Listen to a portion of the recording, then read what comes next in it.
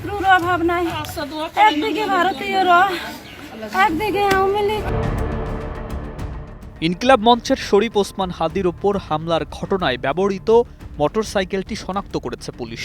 একই সঙ্গে মোহাম্মদপুর এলাকা থেকে মোটরসাইকেলটির মালিক সন্দেহে আব্দুল মান্নান নামে এক ব্যক্তিকে আটক করা হয়েছে। 14 ডিসেম্বর রোববার পুলিশ এক খুদে বার্তায় এই তথ্য নিশ্চিত করেছে। পুলিশ জানায় ঘটনার পরপরই সিসিটিভি ফুটেজ ও প্রযুক্তিগত বিশ্লেষণের মাধ্যমে হামলায় ব্যবহৃত মোটরসাইকেলটি শনাক্ত করা হয়। এর সূত্র ধরেই মোহাম্মদপুরে অভিযান চালিয়ে সন্দেহভাজন মালিককে আটক করা হয়েছে। তাকে জিজ্ঞাসাবাদ করা হয়েছে এবং মোটরসাইকেলটি কিভাবে হামলায় ব্যবহৃত হলো সেই বিষয়ে বিস্তারিত তথ্য জানার চেষ্টা চলছে। তো নতুন এবং ফিরে আসা গ্রাহকদের জন্য নগদে চলছে ক্যাশব্যাক সহ প্রতিদিন হাজারো উপহার জেতার সুযোগ। হবে আশা আর ফেরা, সারপ্রাইজ সেরা।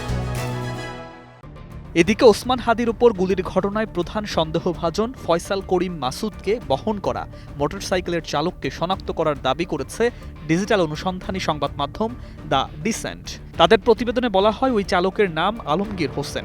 ফেসবুকে তিনি মোহাম্মদ আলমগীর শেখ নামে পরিচিত এবং নিয়মিত মোহাম্মদপুরের আদাবর এলাকার সুনিবিড় হাউজিংয়ের জিও ট্যাগ ব্যবহার করতেন। সংবাদ মাধ্যমটি দাবি করেছে আলমগীরের ফেসবুক প্রোফাইলে থাকা বিভিন্ন ছবির সঙ্গে গত 5 ও 12 ডিসেম্বর হাদির গণসংযোগে তোলা ছবি মিলিয়ে তুলনামূলক বিশ্লেষণ করলে তার পরিচয় নিশ্চিত হওয়া যায়। এছাড়া 5 ডিসেম্বর শিল্পকলা একাডেমি এলাকায় হাদির নির্বাচনী প্রচারণাতেও তাকে উপস্থিত থাকতে দেখা গেছে। অন্যদিকে অনুসন্ধানী সাংবাদিক জুলকার নাইন সায়ের দাবি করেছেন ফয়সাল করিম মাসুদ ও মোটরসাইকেল চালক আলমগীর হোসেন গত 12 ডিসেম্বর সন্ধ্যায় সীমান্ত পাড়ি দিয়ে ভারতে প্রবেশ করেছেন। তার দাবি অনুযায়ী ভারতে তাদের অবস্থানে সহায়তা করেছেন আওয়ামী লীগ নেতা জাহাঙ্গীর কবির নানকের ব্যক্তিগত সহকারী মোহাম্মদ মাসুদুর রহমান বিপ্লব। এসব তথ্য নিয়ে আইনশৃঙ্খলা বাহিনী যাচাই বাছাই করছে বলে সংশ্লিষ্ট সূত্র জানিয়েছে।